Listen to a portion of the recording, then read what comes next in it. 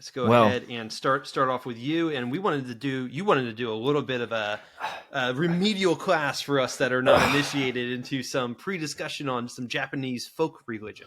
yeah. So I think we need to ask the question. So how does Japanese culture explain and religion explain My Neighbor Totoro? Well, explain Japanese folk culture.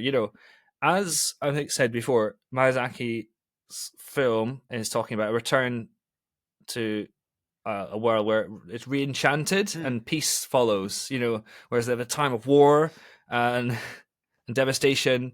He does that with a lot of places. So it starts as this place it starts in a nice rural setting next to I would say a little bit of a hill, if not a mini mountain, with a garden temple. It's kind of garden-like. And in Japanese folklore, creation and the spirits are one together, and you worship animals, you worship trees, nature. They seem to be spirits, seem to be one. This is me kind of doing this on the fly here a bit. And of course human beings are in the mix as well. And the fall, if there was the creator, the fall came when there was that disunity, where environmental corruption. And this is me. Miyazaki despairs how modern post-war Japan has become so disenchanted. So the quote from the father is this: "Oh, what a beautiful tree it is! This tree's been here since before I can remember. Long time ago, men and trees were the best of friends."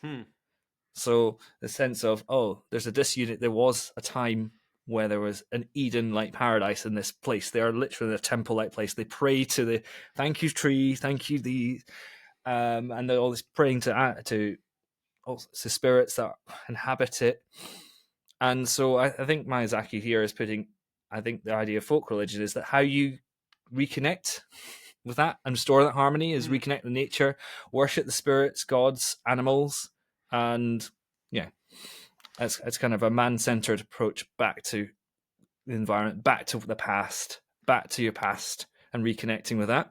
So it's an interesting thing. So, it could just be the timing of it. So the West, we went through the Romantics period, and the Romantics, that was their whole thing of civilization, industrial progress, and everything is bad for humanity, is bad for humans and the authentic person.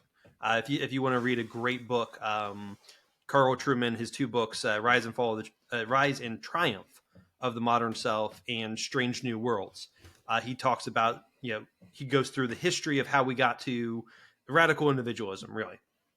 And he talks about the Romantics. But what you were just describing, Rory, and this helps put it in the context for me, is essentially the Romantics. That's what the Romantics believed, is like, no, go back to creation, real creation. Honestly, Tolkien and Lewis were somewhat of that mindset of, if you read both of their works, the Chronicles of Narnia and the Lord of the Rings, the villains are the industrialists in a real way. And so it's just an interesting thing that it's just a Eastern spin on the same concept, the same struggles that the West went through as well. Yeah.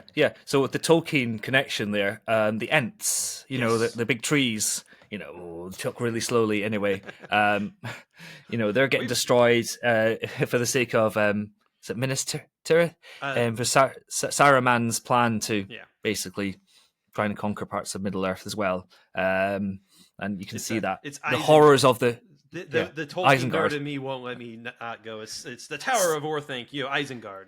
I'm sorry, it's the 25th anniversary this week as well, and the showings are this weekend. I'm like, I've been a fool of a took, as I say. Different film, but it is interesting, isn't it? With Mary Shelley, Frankenstein had similar, from a different cultural perspective. She was actually quite pagan in her beliefs. Yes. She wanted to go back to pagan druidism and all that. And you read Byron, you read Shelley, their diaries. They despise Christianity. It's too modern, strangely enough, and too oppressive in some ways. But anyway, but it's interesting because what they want, that unity, they all kind of share in common, is that their restoration is when human spirits are one, and this cosmic mountain garden temple that once was will be perfect. We'll all be friends again.